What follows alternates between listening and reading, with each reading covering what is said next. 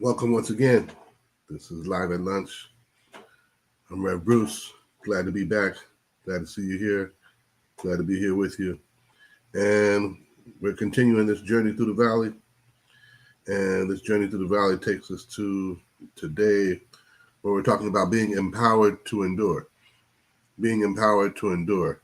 And I think that one of the things that we lack in our study a lot of times is the key word of endurance. And endurance um,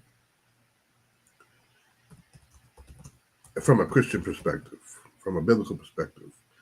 Um, what's the biblical meaning of endurance? If you want to use AI, for instance, um, when we look at it, there's a lot of things that cause us to endure and cause us to think of tribulations. You go back to Romans chapter 5, where it talks about tribulation and what tribulation works, and that work of endurance and leading to hope. And I hope that you can understand that the Bible gives us instruction, but it also gives us empowerment. It also gives us empowerment. And we're empowered by not only what God puts in us, but also by what God places around us. So there's what God puts in us and what God places around us. And there's some things that we have to think about. For instance, what's your hedge of protection, right? What's your, how's God your strong tower, your defense, as it says in Psalm, that God is my strong tower. We have to keep that in mind because at times we feel alone, even though we're not alone, we're not forsaken, but at times we feel alone, and that feeling of being alone causes us to act or react, even respond in a negative sense. And I say negative because we're looking at it from a deficit.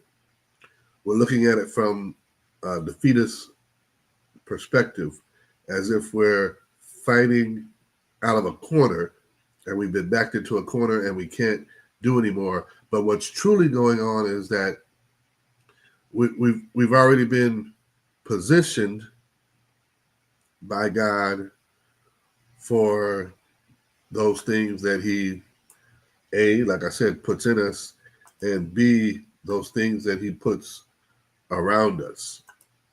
And I want to say this to be 100% accurate and honest about it. He might put more in us than He places around us. Because remember, we're supposed to walk by faith and not by sight.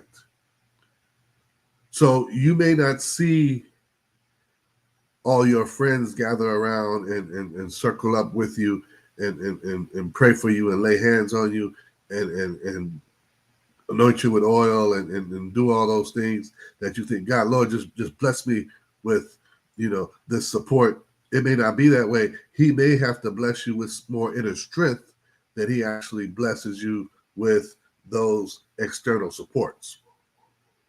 So think about it. There's both what God puts in us and what He places around us. And so those become not necessarily equals, but they become balanced out on helping us to make it, right? Sometimes we're not satisfied with just making it. And we need to get over that. We need to get over that right now, because if we're not satisfied with just making it, then God's sufficiency, God supplying sufficiency isn't enough.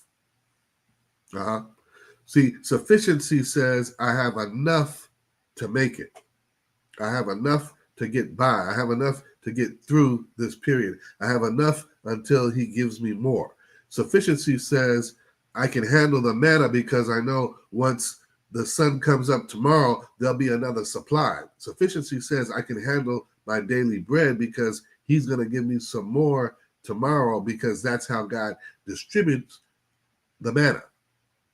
But if I'm not satisfied with sufficiency, then I become operating from a deficit, and I start looking for other ways to supplement my shortcomings, my shortage. And I'm viewing it as a shortage, but God has provided it as sufficient. I hope we understand that. And so we have to become more aware of what God places in us, as well as what God places around us. Those are important because God gives us sufficiency at the minimum. God doesn't promise a blessing of abundance in all cases. We have enough to make it. And even when we feel like we have a shortage, God is able to supply us in our time of need. Check it out. You can go to all the ends of the earth, right? You can go to all the ends of the earth. You can look for it. You can seek it out. That's what it is. But we need that sufficiency in order to endure, right? We're going to exhaust ourselves, right? We're going to take ourselves to the limit. We're going to take ourselves to the breaking point if we're not satisfied with that sufficiency that God supplies us in order to make it through the valley. I'm trying to help right here, but it's in order to make it through the valley. And take it like this. The text that we're looking at is one verse that we've continuously looked at for this entire study, believe it or not, one verse. And it says it like this. Even though I walk through the valley of the shadow of death, I will fear no evil. For you are with me. Your rod and your staff, they comfort me. Let's take it like this. Even though I'm walking through the valley of the shadow of death, right? That's where I've been positioned. Okay? I will fear no evil. That's the stance I'm taking. That's the mindset I have. Right? I have the mindset of fearing no evil. Boom.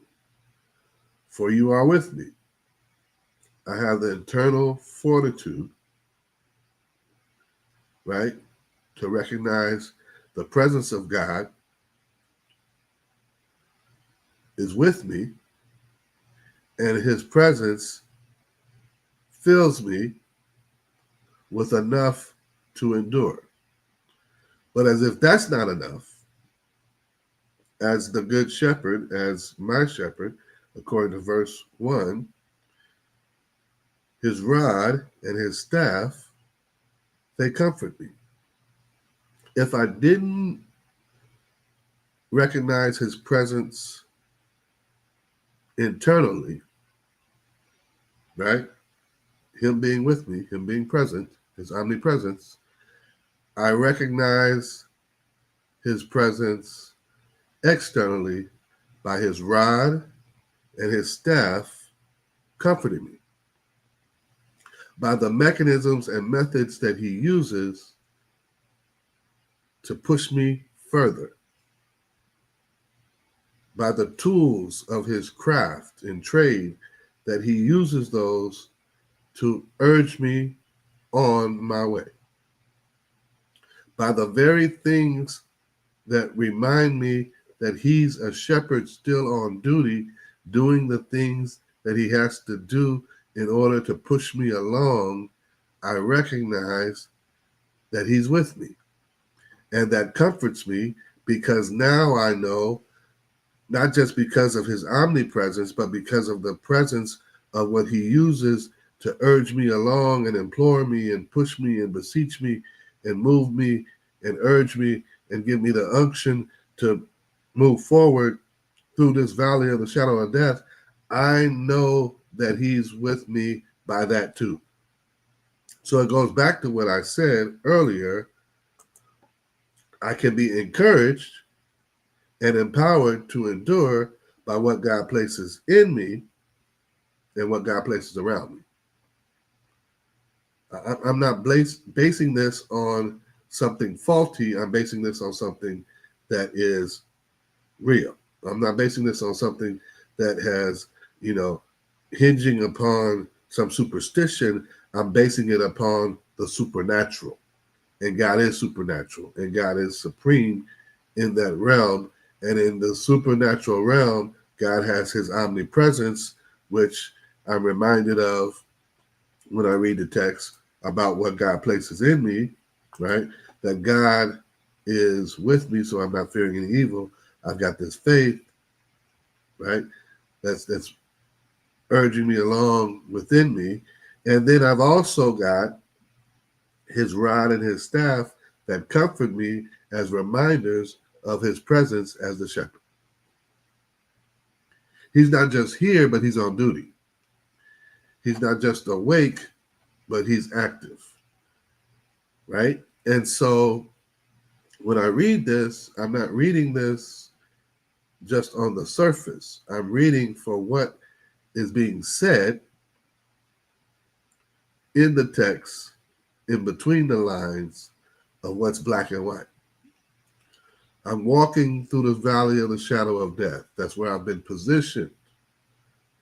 And the stance that I'm taking is that I will fear no evil. Well, how can I do that? I can do that because, A, what God places in me, right? He's present with me. I can do that by B, what God places around me, his rod and his staff that comforting me. They're giving me reminders of him serving as the good shepherd.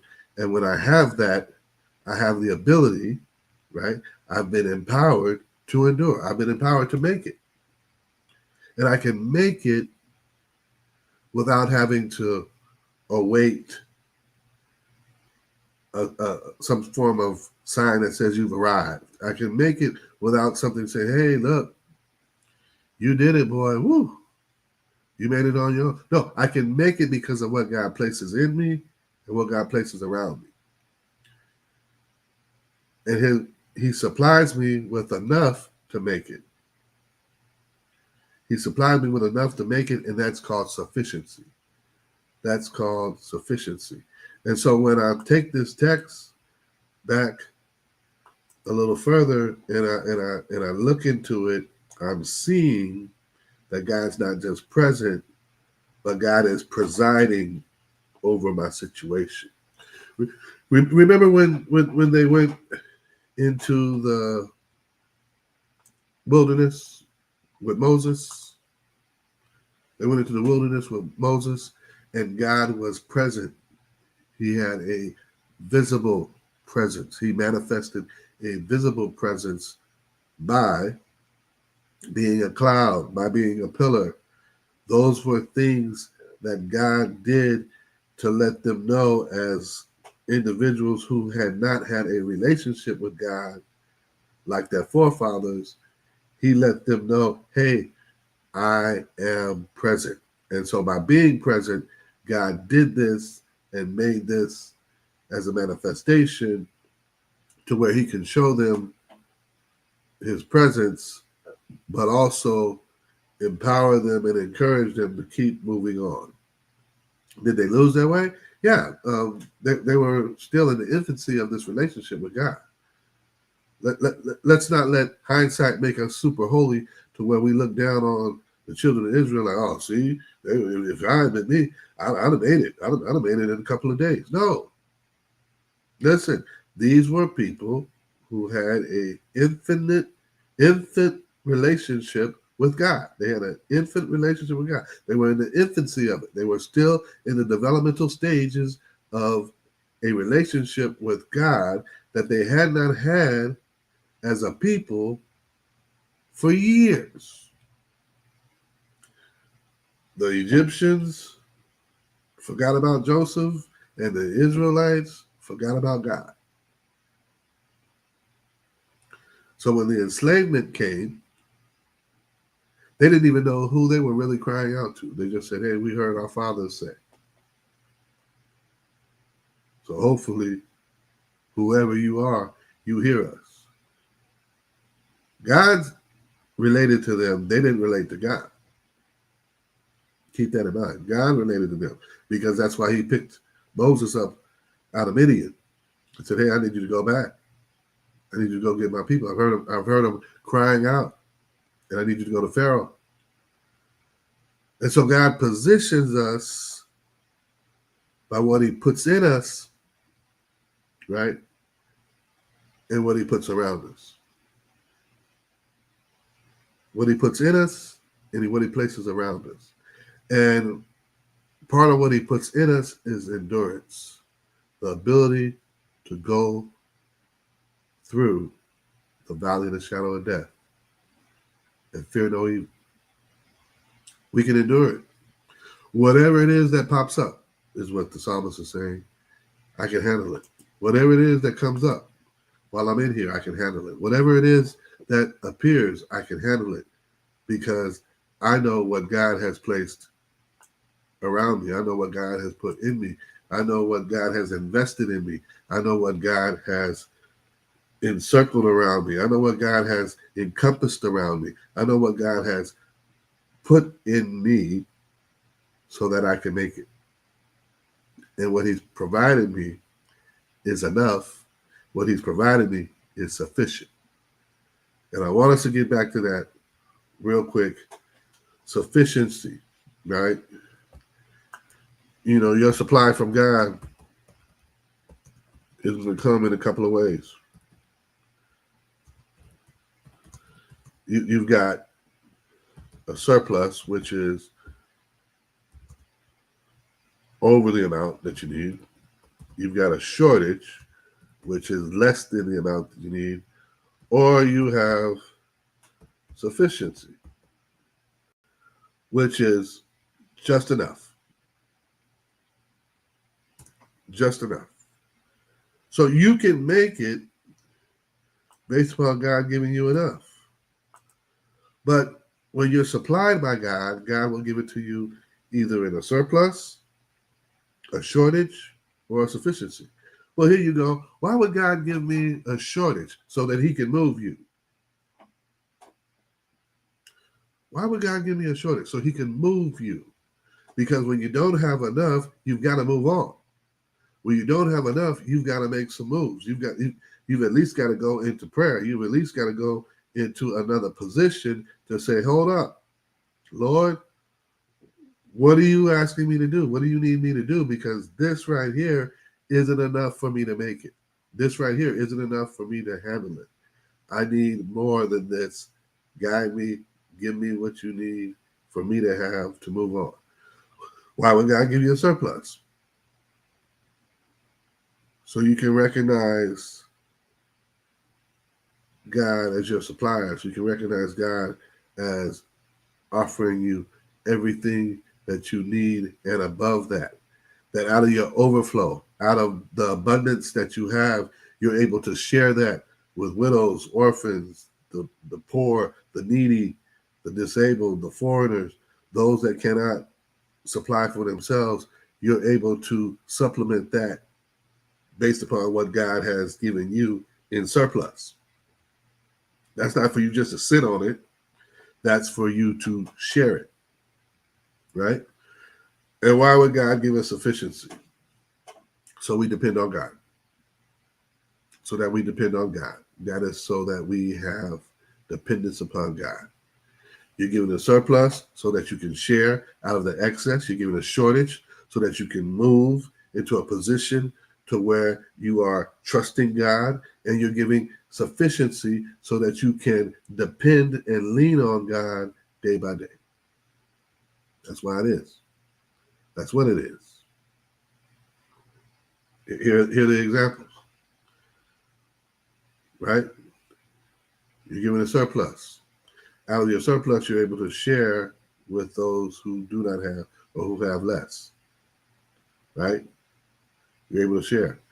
Out of your shortage, you're able to move from one place to another.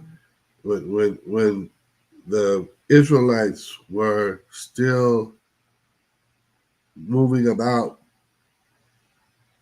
even into the promised land, they still were nomadic. They still were traveling because they hadn't quite settled down into the land. They still were trying to find everything that God had to offer, and so they weren't immediately settled. They had battles to fight. They had places to deal with. Right, Jericho. Right, they still had to fight the battle of Jericho. They still had things of that nature to deal with, and so they had a shortage, and they had to move on. And then there's sufficiency, that God has given us everything we need to make it. And we can trust God to continue to supply us just enough to make it. That's enough for that. And that's how God supplies us. And God supplies us with this ability to endure by letting us know, as a reminder, his rod and his staff, they comfort us. And his presence gives us faith to move forward. That's what I see in this text. That's what I see as underlying and undergirding the words in this text, that those concepts are alive and well about what God places in us and what God places around us. Hey, this is really about what you're going to do with what God has put in you. How are you going to recognize what God has placed around you? Stay in his word. Stay vigilant in prayer, and continue to contend for the faith. This is Rev Bruce. Hope you got something out of this today. Hope this blessed you today. God be with you throughout your day, throughout your week. Until we meet again, God bless.